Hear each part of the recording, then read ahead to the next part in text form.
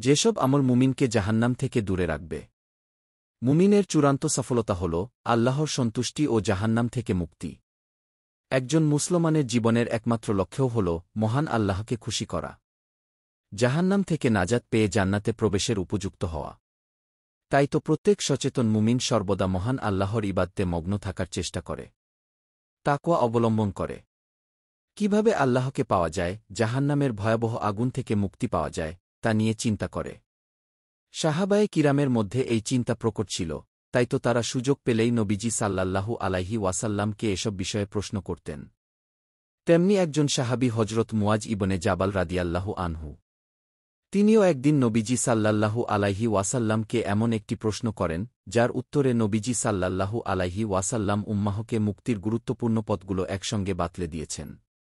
মুয়াজ ইবনে জাবাল রাদিয়াল্লাহু আনহু বলেন, আমি কোনো এক ভ্রমণে নবী সাল্লাল্লাহু আলাইহি ওয়াসাল্লাম এর সঙ্গে ছিলাম। একদিন যেতে যেতে আমি তার নিকটবর্তী হলাম। আমি বললাম, হে আল্লাহর রাসূল সাল্লাল্লাহু আলাইহি ওয়াসাল্লাম, এমন একটি কাজ সম্পর্কে আমাকে জানিয়ে দিন, যা আমাকে জান্নাতে প্রবেশ করাবে এবং জাহান্নাম থেকে দূরে রাখবে। তিনি বলেন, তুমি তো আমাকে একটি গুরুত্বপূর্ণ বিষয়ে প্রশ্ন করেছ। তবে সেই ব্যক্তির জন্য এ ব্যাপারটা অতি সহজ, যে ব্যক্তির জন্য আল্লাহ তাআলা তা সহজ করে দেন। তুমি আল্লাহ তাআলার ইবাদত করবে, কোনো কিছুকে তার সঙ্গে শরিক করবে না, নামাজ প্রতিষ্ঠা করবে, জাকাত দেবে, রমজানের রোজা রাখবে এবং বাইতুল্লাহর হজ করবে। তিনি আরও বলেন, আমি কি তোমাকে কল্যাণের দরজাগুলো সম্পর্কে বলে দেব না? রোজা হল ঢালস্বরূপ, দানখয়রাত গুনাহসমূহ বিলীন করে দেয়, যেমনিভাবে পানি আগুনকে নিভিয়ে দেয়, এবং কোনো ব্যক্তির মধ্যরাতের নামাজ আদায় করা।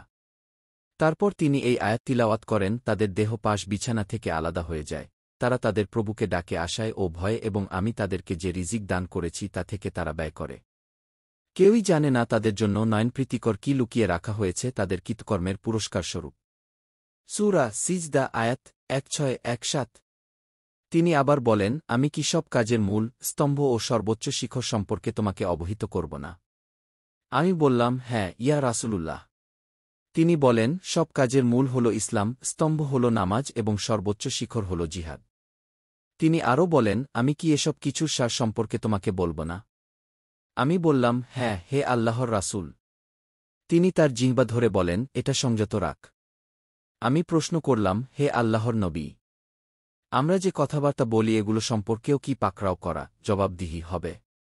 তিনি বলেন, হে মুয়াজ, তোমার মা তোমাকে হারিয়ে ফেলুক। মানুষকে শুধু জিহ্বার উপার্জনের কারণেই অধোমুখে জাহান্নামে নিক্ষেপ করা হবে। তিরমিজি হাদিস ২৬১৬। মহান আল্লাহ আমাদের সবাইকে উক্ত কাজগুলো বেশি বেশি করার তাওফিক দান করুন, পরিপূর্ণ ইখলাস দান করুন। আমিন। দিন প্রচারের উদ্দেশ্যে ভিডিওটি শেয়ার করুন। লাইক, কমেন্ট, ফলো এবং চ্যানেলটি সাবস্ক্রাইব করে পাশে থাকবেন। জাযাকাল্লাহ খৈরান।